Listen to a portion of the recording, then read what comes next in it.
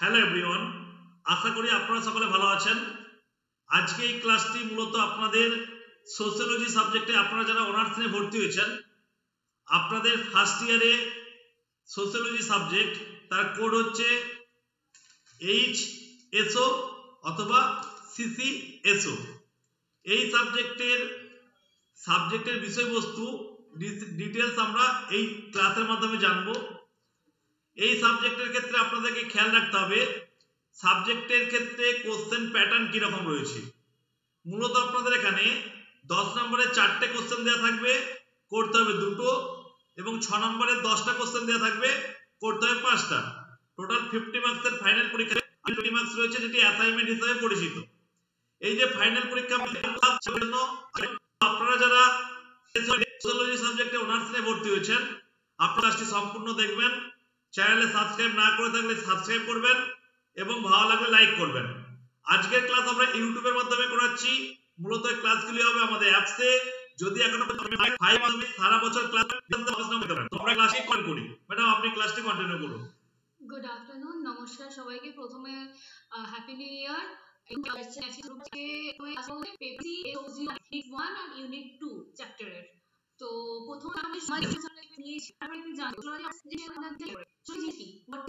আমাদের সমাজের যত আমাদের আশেপাশে দেখছেন সেটাই তো সমাজ, সেটাই হচ্ছে তার যত আমাদের ইন্টারাকশন, বিহেভিয়ার, তারপরে আমাদের মানুষ একটা, যে আমরা প্রত্যেকজন মানুষ ইন্ডিভিজুয়াল, একটা ইন্ডিভিজুয়ালের সেটা কিভাবে একটা মেথড আছে আমাদের, সেটা মেথডটা বোঝা যায়। আর ফার্স্ট আমাদের সোশিওলজি বা সমাজ বিজ্ঞানে এই কথাটা কে বলেছেন, আমাদের সোশিওলজি প্রথম আনে। আর ওনার যেখানে আমাদের হিউম্যান বিহেভিয়ার, সোসাইটি, একটা যে পুরো আমাদের সমাজের গঠনটা রয়েছে, যে একটা সমাজে 2-3টে বাড়ি মিশে কি হয়, আমার ভাবনা চিন্তা সবার আলাদা রকম। এইটা আমরা ওয়ে আছে, হিস্টোরিক্যাল চিন্তা ভাবনা আছে, ইকোনমিক ওয়ে আছে। তো এগুলো ডিটেলস আমরা ফার্দার পড়াশোনা করব। তো চলুন আমাদের আজকে ইউনিট 1 মেইন টপিকে আমরা ফিরে যাই। কি বলে আমাদের যে কি আছে আমাদের পুরো ডিটেলস একদম এখানে প্রথমেই মেনশন করা আছে যে সোশিওলজি অ্যাকচুয়াল রিলেশনশিপ। ধরুন রিলেশন কি, আমি আপনাদের টিচার, আপনারা আমার স্টুডেন্ট, তো এটা একটা রিলেশনশিপ তৈরি হচ্ছে।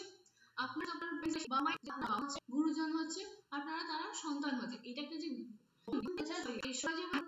আমাদের বন্ড তো এখন কিভাবে তৈরি হয়, আমাদের কিনশিপ আছে, আমার ফ্যামিলি আসে।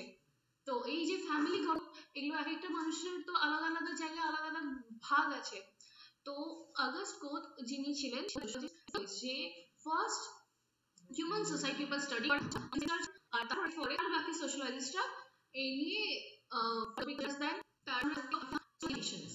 সোশ্যালজিক্যাল ইমাজিনেশন বলতে আপনারা কি বোঝেন? ইমাজিনেশন মানে কি? চিন্তা, নিজেদের মাইন্ডে আপনাদের মাথায় ভাবছেন সেই ইমাজিনেশন করে আমাদের শিখছেন।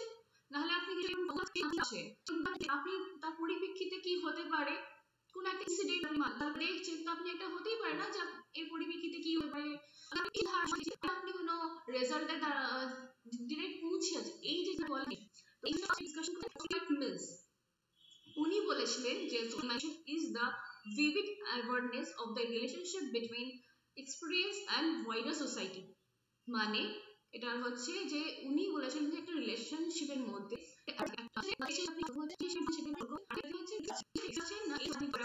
শিখলেন, সেটা থেকে আপনি দেখে এক্সপিরিয়েন্স গেইন করে তো একটা ইমাজিনেশনকে সেটা আপনি কি অ্যাপ্লাই করবেন। ইমাজিনেশন তো শুধু ভাবলাম, ওইখানে দেখলাম, ভুলে গেলাম, মাথার মধ্যে চিন্তাধারা করলাম, ভুলে গেলাম, সেটা তো হয় না। আমাদের নিশ্চয়ই কোনো চিন্তাধারার পরেও একটা আছে, তখন সেটা সোশিওলজিক্যাল অ্যাপ্লিকেশন। যখন আপনি কথা বলবেন, ইন্টারঅ্যাকশন করবেন, সেটা হয় একটা কিছু দেখলেন। ধরুন আমি এক্সাম্পল দিচ্ছি, একটা বাচ্চাকে দেখলেন ছোট করবেন যে সে ভাবে না শুনে পাচ্ছে, এই ইনফ্যাক্ট আপনি ইমাজিনেশন আর আপনি ডিসিশন নিচ্ছেন যে আপনার বাড়ির বাচ্চাকে এগোতে নিজের একটা বই লিখেছিলেন, বইটার নাম হচ্ছে ইমাজিনেশন। এই বইটাতে উনি নিজের যত ফিলোসফিক্যাল আইডিয়াস আছে সব উনি মেনশন করেছেন। তারপরে থেকে আসছে আমরা the classification or the tradition যেটা আছে আমাদের সোশ্যোলজি ভাগ কি কি আছে না, প্রথম ইন সোশ্যোলজি। তো প্রথম আমাদের যেটা বিষয় কে ফার্স্টে বলেছিলেন আইডিয়াস আগস্ট, তারপরে বলেছিলেন হার্সপেন্সার। ওনারা এর ব্যাপারে বলেছিলেন যে হচ্ছে আমরা দেখতে চোখে দেখি সেটা সবসময় কিন্তু সত্যি হয় না। এটাই তো আমাদের সমাজ, যেটা সবসময় আমরা চোখে দেখি সেটা সবসময় যে সত্যি হতে পারে সেটা কোনো মানে। ফোর্থ আর হার্বার্ট স্পেন্সার ওনারা এটাই বলেছেন যে এটা আমাদের কমপ্লেক্স সিস্টেম, যেটা অনেক রকম বিভিন্ন মত, বিভিন্ন প্রকারের বিভিন্ন স্মুথ হয়, তাদের ভালো হয়। আর এটা একটা জানো দিনের শেষে মানুষের সোসাইটিতে আমরা সবসময় চাই কি একটা স্টেবল সোসাইটি হোক, একটা দুজন হার্বার্ট স্পেন্সার আর আগস্ট এদের কাজ করে যেন সবাই মিলেমিশে থাকি। সেকেন্ড পয়েন্ট আসছে, সেকেন্ড হচ্ছে কনফ্লিক্ট পার্সপেক্টিভ। এর ব্যাপারে প্রথম বলেছিলেন কার্ল মার্কস। কার্ল মার্কস বলেছিলেন যেরকম আগেরটা আমি বললাম যে কনফ্লিক্ট সোসাইটি আছে, এটা কি অনেক ইনইকুয়ালিটি, মানুষের মনের মধ্যে ভেদাভেদ আছে। একটা ধরুন খুব উঁচু হাইয়ার দুটো টাইপ হয়, একটা হচ্ছে বাই রিলিজিয়ন হায়ারার্কি হয় আর জাতি প্রজাতি দিয়ে, আর একটা না হলে ক্লাস দিয়ে। ক্লাস হায়ারার্কির মধ্যে চলে আসে আমাদের জাতি বা ভেদাভেদ চলে আসে, এটা কিন্তু হায়ারার্কি বলে। তো এই জিনিসটা ইনইকুয়ালিটির মধ্যে পড়ছে, আর এটাই কি কনফ্লিক্ট করে, নিজেদের মনের মধ্যে দ্বন্দ্ব রাখে। এটাই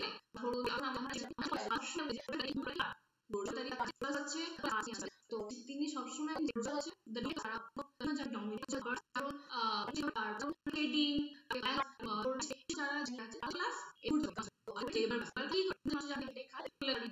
কি করেন, চেষ্টা করেন দিনগুলো তাদের বদলানোর চেষ্টা করেন, তার আস্তে আস্তে আপার ক্লাসে যাওয়ার।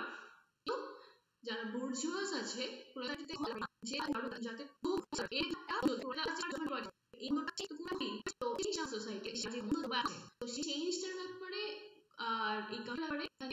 নিজের মতামত রেখেছেন। এই ব্যাপারে প্রথম ডিসকাশন করে যে মানে আমরা দিনে একটা কাজ করতে গেলে আমাদের চিন্তা ভাবনা করি, প্রথমে আমরা ইমাজিনেশন আসে, তারপরে সেই চিন্তা ভাবনাটাকে কি করি, অ্যাপ্লাই করি।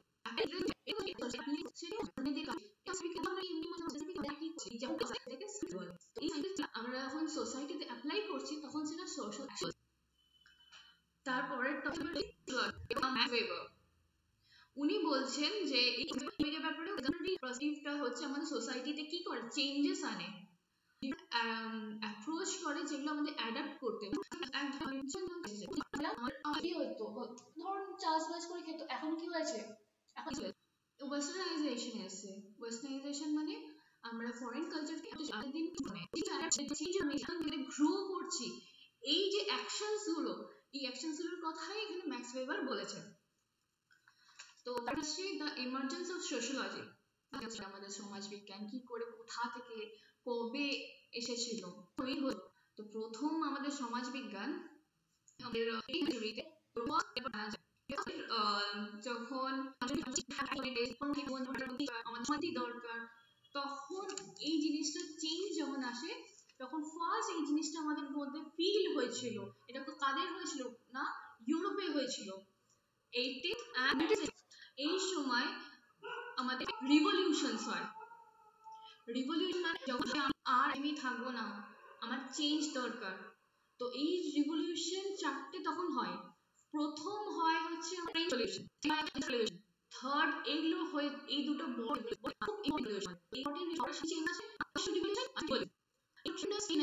আমাদের সোসাইটিতে, আমাদের সমাজে বিশালভাবে চেঞ্জ এনে দেয়। কিসের উপর না? সোশ্যাল,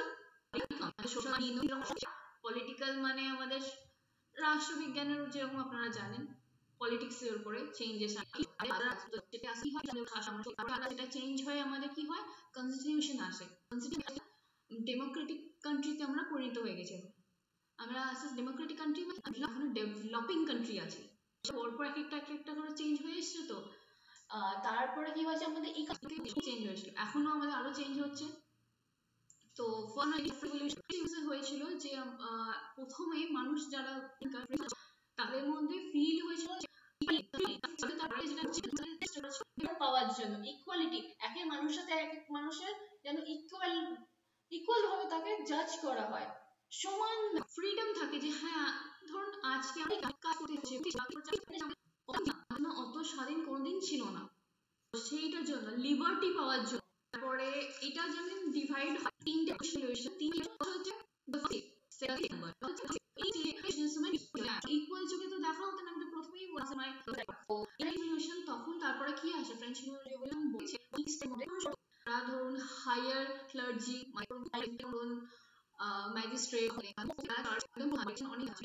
অনেক ডিসিশনস নেয়। কিং কুইন্স এখনো আছে ব্রিটেন। তারপরে তার সেকেন্ড তারপর ধরুন জাজেস, তারপর তারা ধরুন নিম্ন মানে সামান্যগুলোকে ট্রান্সপোর্ট করাতো, এদের পজিশনে ধরা তাদেরকে। তো সেই চেঞ্জের জন্য ফ্রেঞ্চ রিভলিউশন তখন সবার মধ্যে ভেদাভেদ এত থাকবে কেন? এত তো ভেদাভেদ থাকা উচিত নয়, সবাইকে সমান বাকিরা সবাই শুনবে, এই যাতে এই জিনিসটা না থাকে। তো তার জন্য ফ্রেঞ্চ রিভলিউশন। তো রাজার রাজত্বের সময় আমরা কি করতাম? যে রাজার আর এরকম ইকোনমিক লাইফ। তো এই যখন ওরা রিভলিউশন করে তখন কি হয়? যে ইন্ডাস্ট্রিয়াল ওইখানে তখন নতুন নতুন বড় বড় কারণে নতুন নতুন টুলস, মানে ধরুন মেশিন যেটা বলি, তো মেশিন অ্যাড হয়, তারপরে সেটাকে ট্রেডিং পারপাসে বেড়ে গেছিল। তারপরে কি হয়? আরবানে শিফট হয়ে যায়, এটাকে শিফট অনেক হসপিটাল সেটআপস হয়েছিল, মানুষ ভালো সুবিধা চাকরি পাওয়ার জন্য গ্রাম থেকে চেঞ্জ হয়ে যাতে ভালো ফ্যাসিলিটিস পায়। তো এটা দ্বিতীয় দেখা গেছিল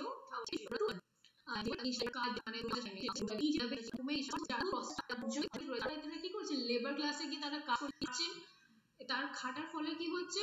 যে না, তাদের পারিশ্রমিকটা তার ঠিক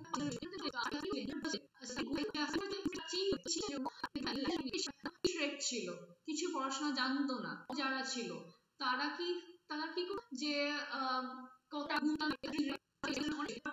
তো থার্ড পয়েন্টে আমাদের লিটারেসি তো স্ট্রং হওয়ার জন্য তারা আস্তে আস্তে নিজেদের স্ট্যাটাসটাও চেঞ্জ করে ফেলে। তারপর আমাদের third number regulation point, trading process, যেটা ব্যবসার প্রসেস যেটা আমাদের ছিল, সে কিভাবে আগে বহুত আগে কোনো জিনিস দিয়ে সেটা এক্সচেঞ্জ করবেন, টাকা দিয়ে নয়। কিসের দ্বারা? মেশিনসের দ্বারা। হয় কেন? ইন্ডাস্ট্রিয়াল রেভলিউশন সে প্রচুর হয়ে যায় যে গ্রসটা অনেক বেড়ে গেছিল। আর কি রেভলিউশন? সেটা হচ্ছে সায়েন্টিফিক রেভলিউশন। মানে একটা মানুষ একটা কাজ করার আমি চাকরি করে থাকবো না থাকবো সেটা ছিল। তো আপনারা কি অ্যাকশন, এই যে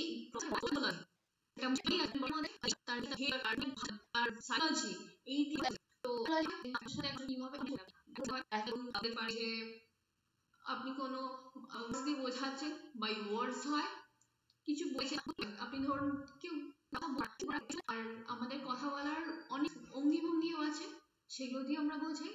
এইগুলো বলে ইন্টারঅ্যাকশন প্রসেস, যে আপনার ভাব প্রকাশ করছেন, বাইরে সবার অনেক বিভিন্ন মানুষের বিভিন্ন ইন্ডিভিজুয়াল, প্রত্যেকটা মানুষ আলাদা আলাদা, প্রত্যেকটা মানুষের এই সোশিওলজিস্টরা তাদের নিজেদের ফিলোসফিক্যাল আইডিয়াস দিয়ে নিজেদের চিন্তা ভাবনা জন লকি বুঝিয়েছেন। চার্লস ডারউইন আমাদের যে অ্যানথ্রোপোলজি জিনিসটা আছে, আমরা সমাজকে দেখে শিখছি, বাইরের সমাজকে দেখে অবজার্ভ করছি, সেটা যেটা আমাদের আছে সেটাকে ন্যাচারাল করতে সবসময় দরকার পড়ে না, কিন্তু কখনো ধরুন কোথাও কোনো ইনসিডেন্ট হয়েছে, তো এই ইনসিডেন্ট থেকে আমরা হিউম্যান মাইন্ডে করছি, আমাদের হিউম্যান স্ট্রাকচারে করছি, পুরো বডিতে করছি, আর হিউম্যান আমাদের আমরা একটা তো অ্যানথ্রোপোলজি কনভার্টটা যে এখানে যে মডার্ন অ্যানথ্রোপোলজি আর বলেছে আমাদের তার এই মডার্ন যুগের প্রচুর আগে অনেক যেটা অ্যাপ্লিকেশন করছি তার ম্যালিনোস্কি বইটার নাম হচ্ছে পিকচার অফ কিনশিপ।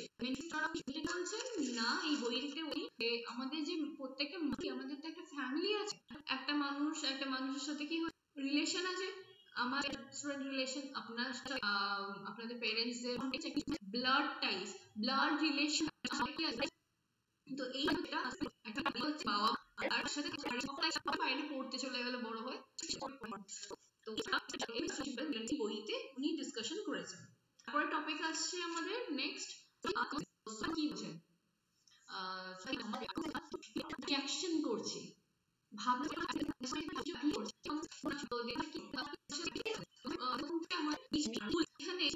ওনারা কথা বলেছেন কার ব্যাপার, প্রথম কথা কি ভাবি আর নিয়ে জানি ওয়ার্ড বলা হয় যে আমি আমার উপর কতটা আমি বিশ্বাস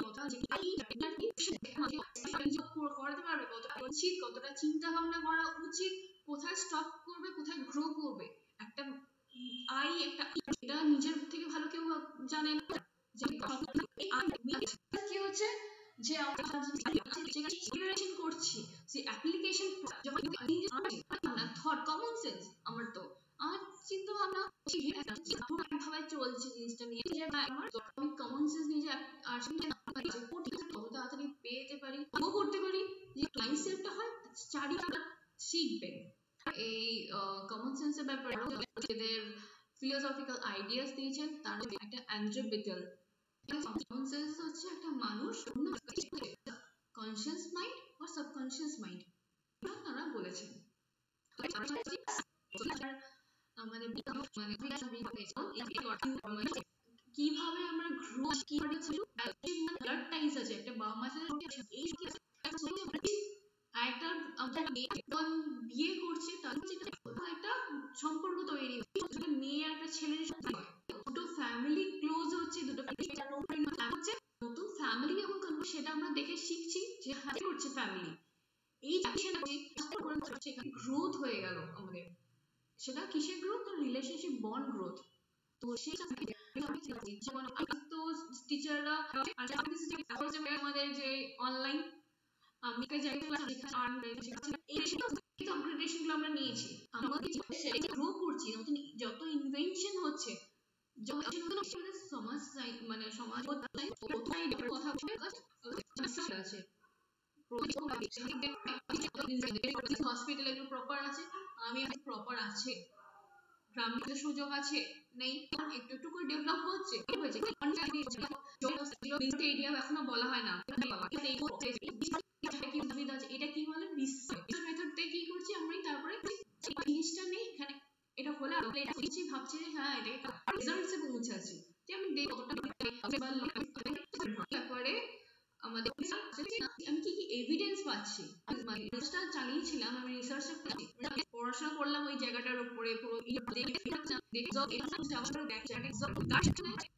কনভার্ট করে। তো এই ডেভেলপমেন্ট প্রসেসের ব্যাপারে ওনার ছিলেন, দূর পুরোপুরি রিজেক্ট করে দেয় ওনার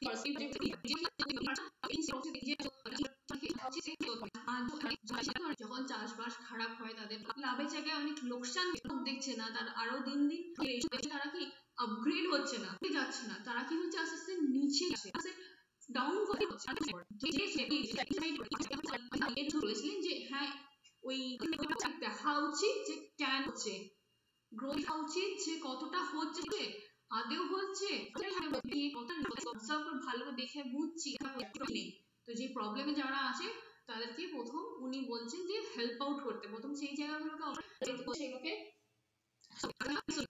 অ্যাপ্লাই সোশিয়োলজি মানে কি, বিহেভিয়ার, আমাদের কমন সেন্স যেটা চিন্তা অ্যাপ্লিকেশন কতটা করতে পারছি, দেখে শিখে আমরা কি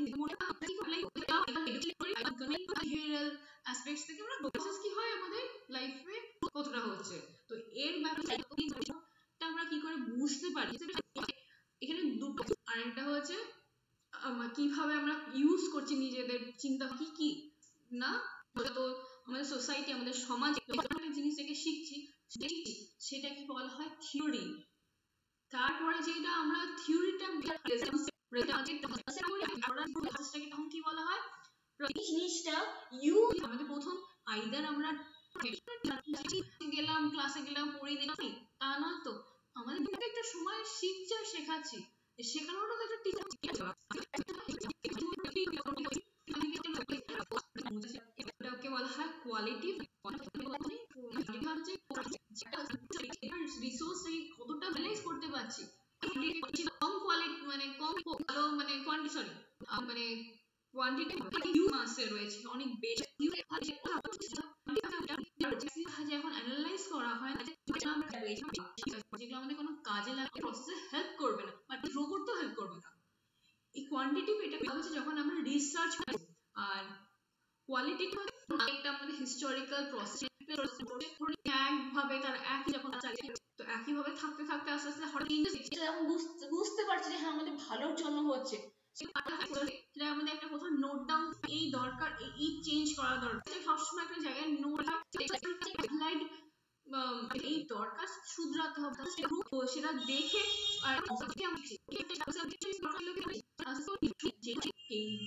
আর সেটাই তো এবার আমরা আমাদের সোশিয়োলজি তখন কিন্তু একটা হিউজ ডিফারেন্স হয়, ডিফারেন্সেস লেখা হয় ক্লাসের মধ্যে, একদিকে লিখি কিন্তু আমাদের ডিফারেন্সটা কিভাবে হবে, প্রথমে আপনি লিখে নিলে দিয়ে আমাদের ডিফারেন্স না, তারপর আবার সেকেন্ড পয়েন্ট ডিফারেন্স গুলো লেখা হয় আমাদের। তো পেপার 1 বুঝতে পারছেন আমাদের রিঅ্যাকশন, তো এখানে কি হচ্ছে সেটা বাই সমাজের বলা হচ্ছে যে হ্যাঁ আমাদের কথা তার উপরে এই টপিক, আর এখানে বলা হচ্ছে এই প্রসেস সোশ্যাল আমরা এনার্জি গেইন করছি বা আমরা সেটাকে অ্যাপ্লিকেশন করছি, এই ভাবনা করে সেটা আমরা বলা হচ্ছে থিংকিং প্রসেস। আমরা ক্রেডিট বলা হয় না, কারণ এখন আমরা ডেভেলপড কান্ট্রি বলা হয় না, আমরা ডেভেলপ, কারণ আমরা এখনো শিখছি, ইকোনমিক্যালি গ্রোথ হচ্ছে, ছিল যত ফ্যাক্টরি আমরা নিজেরাই ডেভেলপ করবো। তো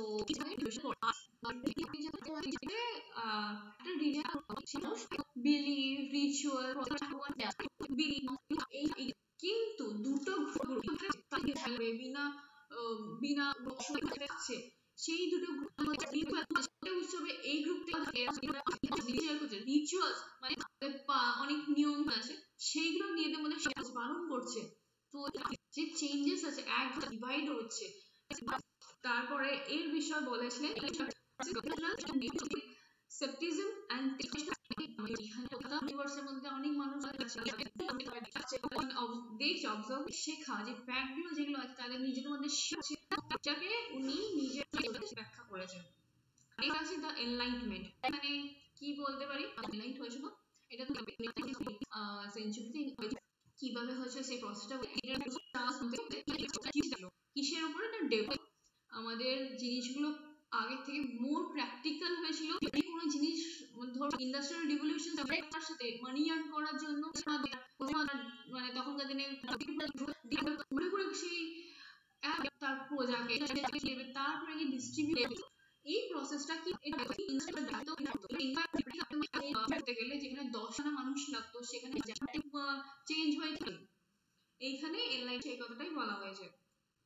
তারপরে আসি আমরা পলিটিক্স সবথেকে বেস্ট এক্সাম্পল ফ্রেঞ্চ রিভলিউশন। আমাদের যে মানুষদের মধ্যে তিনজনকে পড়েছি ফ্রিডম থাকে লিবার্টি থাকে এই জিনিসগুলো নিজেদের মধ্যে আলো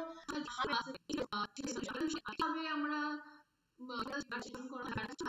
তারপরে কি তারপরে চেঞ্জ জায়গা থেকে আমাদের ব্রিটিশরা কি হয় না আমাদের রুলিং প্রসেস এখানে যে তখনকার দিনে যে প্রথাটা ছিল রুল সেটা কি যেটা আমি আগের টপিকে।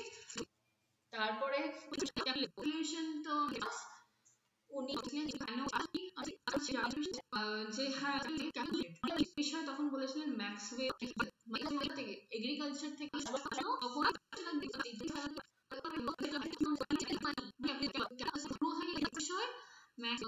বলেছেন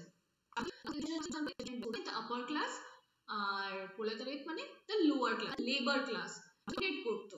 আর পরে তো ডমিনেট প্রোলেটারিয়েট ইন্ডাস্ট্রিয়াল রেভলিউশনের সময় কি রেভলিউশনের সময় এটা প্রোলেটারিয়েট ছিল তারা কিন্তু মানে তো এই নেক্সট টপিক হচ্ছে সোশ্যালিজম। আমরা কি কি বলতে পারি যে সিস্টেমটা সেটা কি সোশ্যাল সিস্টেমে চেঞ্জেস আনছে কি করে ট্যাবু মানে কি অনেক মানে বাধা মানে হ্যাঁ এটা কাকে বলা হয় এই চেঞ্জটাই আমরা আসতে হোক যেভাবে আমরা বলেছিলেন ম্যাক্স ওয়েবার আর পরে ইন্ডাস্ট্রিয়াল ভালো তাদের লিটারেট হতে ফ্যাসিলিটিস ভালো পাচ্ছে কি কি ফ্যাসিলিটিস পাচ্ছে কারণ ভালো ছেড়ে দিচ্ছে। একটা এক্সাম্পল দিচ্ছি ধরুন কলকাতা কলকাতায় চলে যাচ্ছে ভালো আরো ডেভেলপমেন্ট হলে মানে মানুষরা বলুন সব কলকাতাতে যে হ্যাঁ লিটারেসি রেট ভালো তার মধ্যে যে এটা আমাদের ইন্ডিয়া হচ্ছে প্রজাতি জাতি যে হ্যাঁ কিন্তু নিজেদের আয় রিলিজিয়ন প্রত্যেকটা বিভিন্ন বিভিন্ন আছে রুল আছে রেগুলেশন আছে আমাদের রিচুয়াল আছে গ্রুপ মানে তারা আছেন যারা মুসলিম বা খ্রিস্টান আছে আমাদের দুর্গাপুজো হচ্ছে তারাও মজা করছেন। আগে আমাদের গেল হচ্ছে করছে নতুন ভাবে আমরা কি বলছে টেকনোলজিক্যাল অ্যাপ্রোচ চেঞ্জ হচ্ছে ইনভেনশনস আমি বলছি অ্যাপ্লিকেশন করার জন্য দৈনন্দিন জীবনে ইউনিভার্স বা আপরাইজ আগে কি ছিল এখন কি বলি এখন ছিল তো এখন সুবিধাগুলো তো আগে আমাদের ছিল এখন ইজি হয়ে গেছে তো আজকে এসো বুঝতে পেরেছেন আপনাদেরকে যতটা যদি কারো কোনো অসুবিধা জানাবেন কমেন্ট করবেন।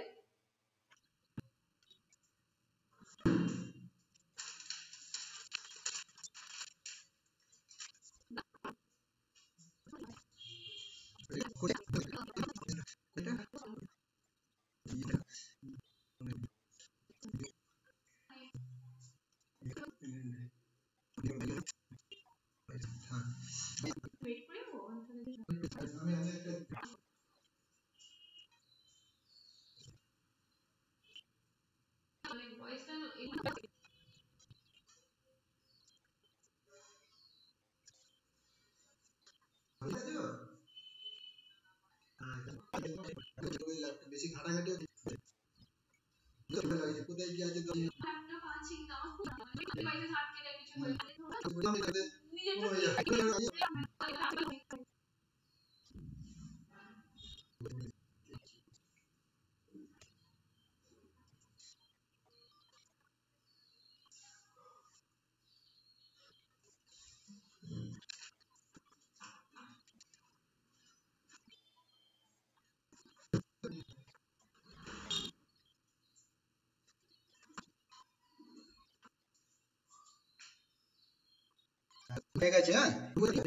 হ্যাঁ উনি বসছি আমাকে দেখাচ্ছে। হ্যাঁ ওটাও তাহলে ম্যাডামকে বাড়ি চলে যান মেশিন সে এসে তো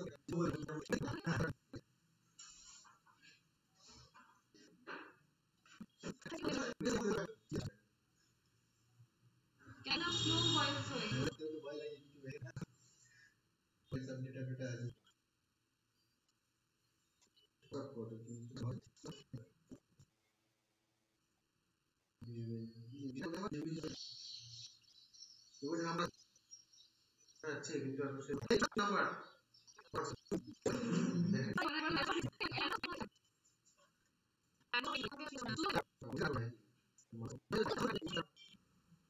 আমি দেখছি কোথায়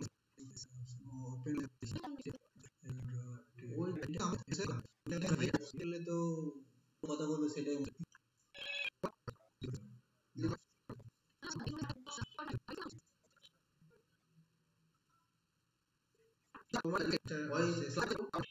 ভিডিও ফোল্ডার আছে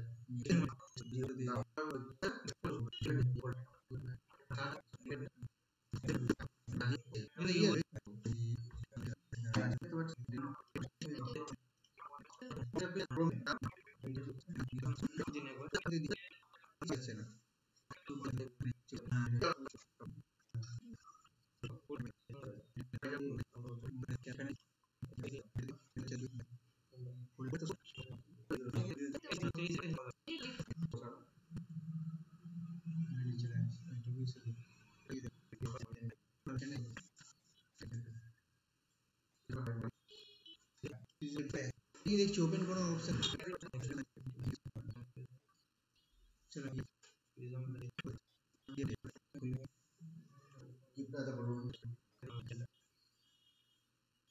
হলেও তো লাইভ